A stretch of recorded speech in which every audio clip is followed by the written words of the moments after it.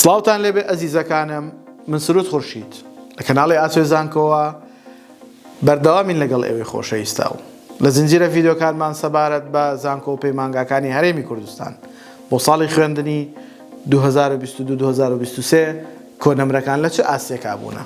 زانکۆڵاین، پارالێل ئێواران، هەروەها گشتی و پارێزگای چۆن بووە؟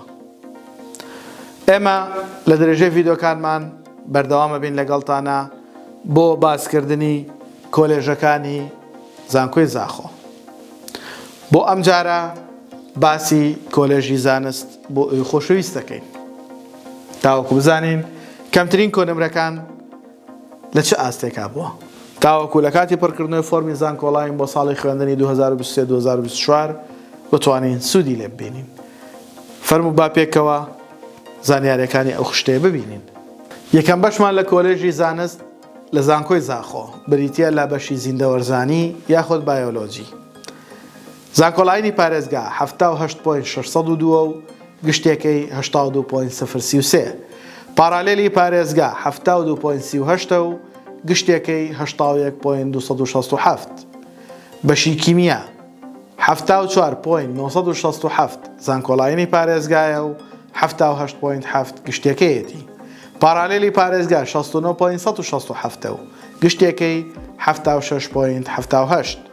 بەشی زانستی کۆمپیوتەر 67.942 زانکۆڵاینی پارێزگایە و 75.5 گشتێکەیەتی.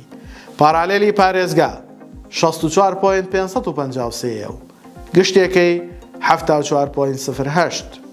بەشی فیزیک لە کۆلێژی زانست لە زانکۆی زاخۆ 65.294 زانکۆڵاینی پارێزگایە و 70.629 گشتێکەیەتی. پارالێلی پارێزگا 61.469 و گشتێکەی 67.097. کۆتابەشمان بریتیە لە بەشی ماتماتیک 61.097 زانکۆڵاینی پارێزگایە و گشتێکەی 66.988. پارالێلی پارێزگا 57.804 و گشتێکەی 61.885. قوتابیان و خوێندکارانی ئازیز، ئەوەی کە باسمان کرد بریتی بوو لە کەمترین کۆنەمرە وەرگیراوەکان لە کۆلێژی زانست لە زانکۆی زاخۆ بە هیوای ئەوەی جێگەی سوود و ڕەزامەندی ئێوەی خۆشەویست بێت.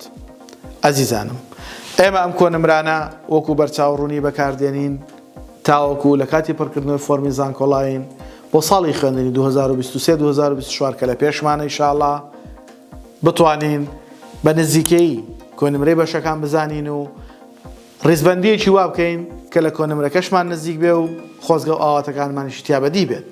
بە هیوای ئەوەی هەموو لایەک سەرکەوتوو بن، ئەو بەشانەی کە ئاواتانە پێی بگەن ئێوەش لایک و کۆمنت سەبسکرایبی کەناڵەکەمان لە یاد مەکەن و هاوڕێیانیشتان لە بینینی کەناڵەکەمان بێوەش مەکەن و ئاگاداریان بکەنەوە.